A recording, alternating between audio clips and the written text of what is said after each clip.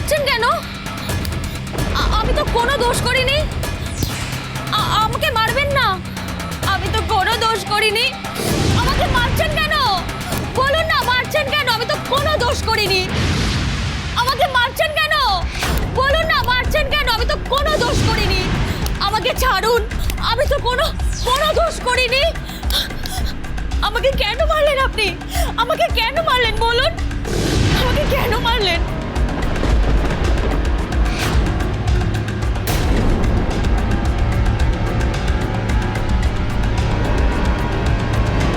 আমাকে যত মারবেন মারুন, আমি তাও কিছু। কি হয়েছে তমসা? দেখুন না, উনি নিজে শঙ্কর স্যারের ব্যাগ থেকে টাকাটা সরিয়েছেন। এখন উনি আমাকে চাপ দিচ্ছেন যে আমি যেন স্বীকার করিনি আমি টাকাটা সরিয়ে কাগজটা ঢুকিয়ে রেখেছিলাম ব্যাগে।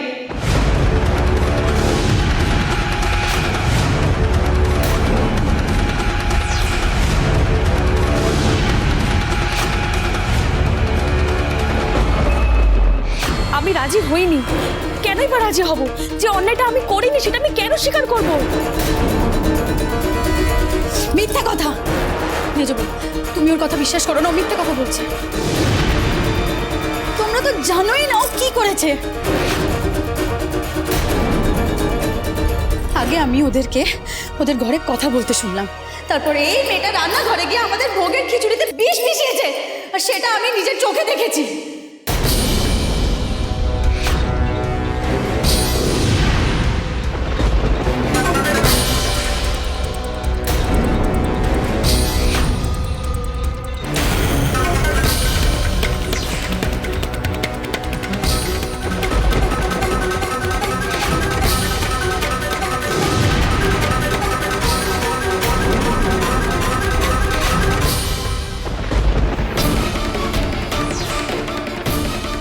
কই, সবাই তো খিচুড়ি খেলো, কারোর তো কিছু হয়নি। কারণ আমি সেই খিচুড়িটা বদলে দিয়েছি মা।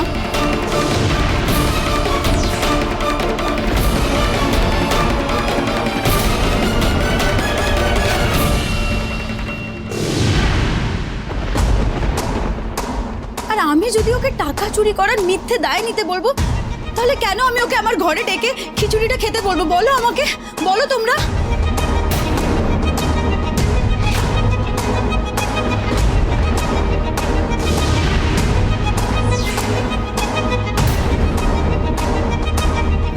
দাঁড়াও,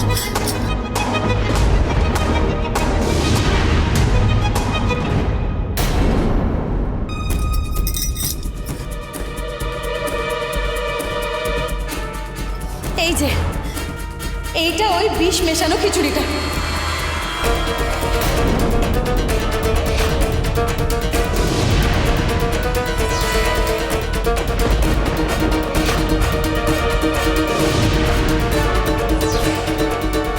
আর এটা ওকে বলায় ও আমার হাত থেকে খিচুড়ির বাটিটা ফেলে দিয়েছিল,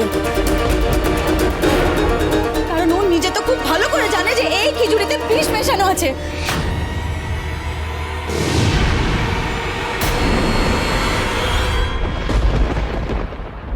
আর এখন নিজেকে বাঁচানোর জন্য ও নিজেই নিজের গালে চোর থাপ্পড় মারছে, আর আমার নামে বাজে বাজে কথা বলছে। মেজবু, তুমি কিন্তু একদম ওর কথা বিশ্বাস করো না, একদম করো না, ও মিথ্যা কথা বলছে। আপনি এইভাবে আমার মতো একটা অসহায় মেয়েকে বদনাম দিচ্ছেন? এইভাবে? স্মার্ট মেয়ে, এখন বুঝতে পারছো কেন বলেছিলাম বড় বৌমাকে এই বাড়িতে না ঢোকাতে? আবার সেই এক অশান্তি, এক ঘটনা। মা, আপনি শুধু শুধু আমায় দোষী ভাবছেন মা। মা বিশ্বাস করুন, আমি সত্যি বলছি মা, আমি কিচ্ছু করিনি আমি।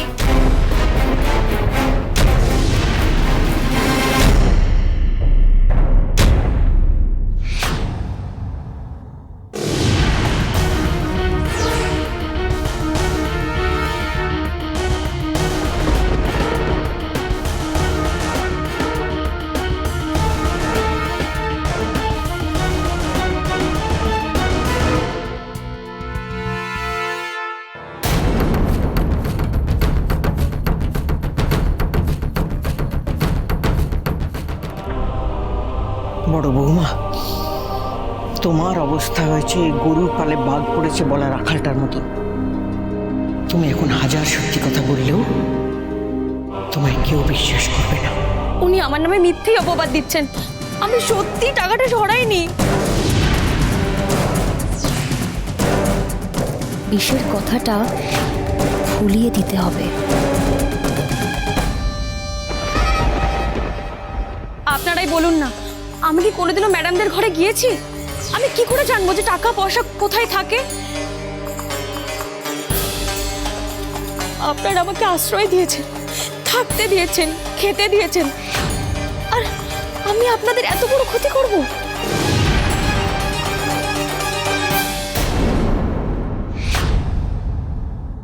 আমরা গরিব হতে পারি, কিন্তু কারোর এত বড় ক্ষতি কোনোদিনও করব না। ভাই, আমরা আর এখানে থাকবো না। ভাই চল চল, আমরা আজই এখান থেকে চলে যাব। পুজোর দিনে কেউ বাড়ি ছেড়ে কোথাও যাবে না।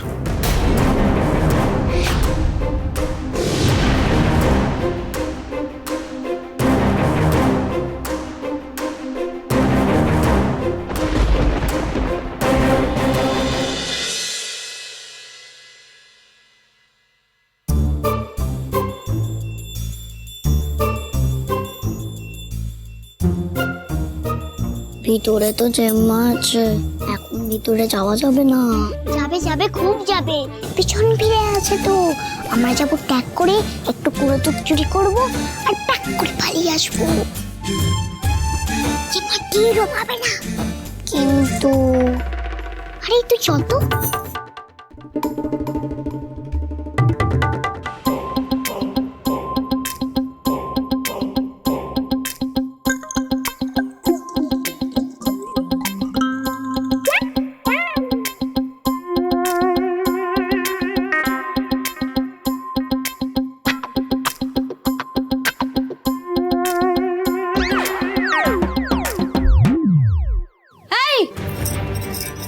কি করছিসটা কি তোরা এখানে? হ্যাঁ, ছি ছি ছি ছি ছি ছি, তোরা বাসি জামা কাপড় পরে দুধের শিশিটা ছুঁয়ে দিলি। তোরা কি রে? সরি। সরি বললেই হয়ে গেল? দাঁড়া তোরা, এক্ষুনি আমি মেজো বউকে আর শিউলিকে ডেকে আনছি। দাঁড়া না প্লিজ প্লিজ প্লিজ, আর কখনো গুঁড়ো দুধ চুরি করে খাবো না। ও যে মায়ের দেখো, আমি কান ধরে উপবাস করছি।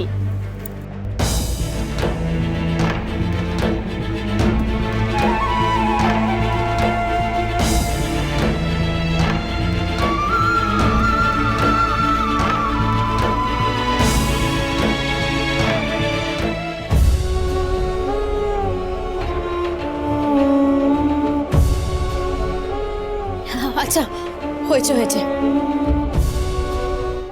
আর উপোস করতে হবে না।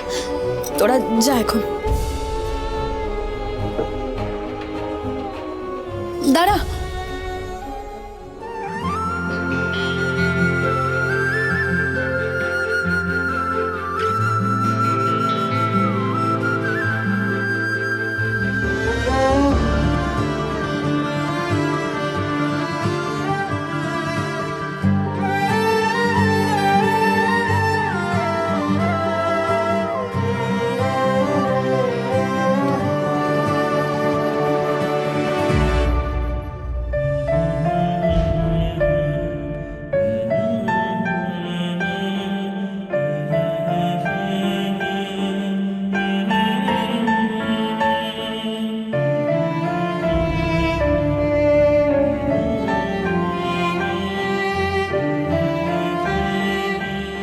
আমার পিকুটা যখন ছোট ছিল, ও ঠিক এইভাবেই লুকিয়ে লুকিয়ে গুঁড়ো দুধ চুরি করে খেত।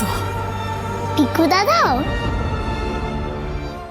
ও, খালি আমরা করছি এমন নয়, বলো জেম্মা।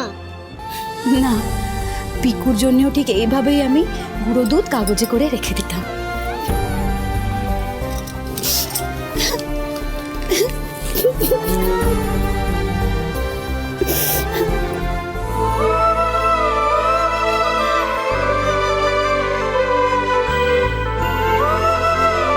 বুমনির মনটা সত্যিই আগের থেকে অনেক নরম হয়ে গেছে। এই আগের বুমনি নয়। তবে কি আমাদের ভুল হচ্ছে? বুমনিকে সন্দেহ করে ভুল করছি আমরা?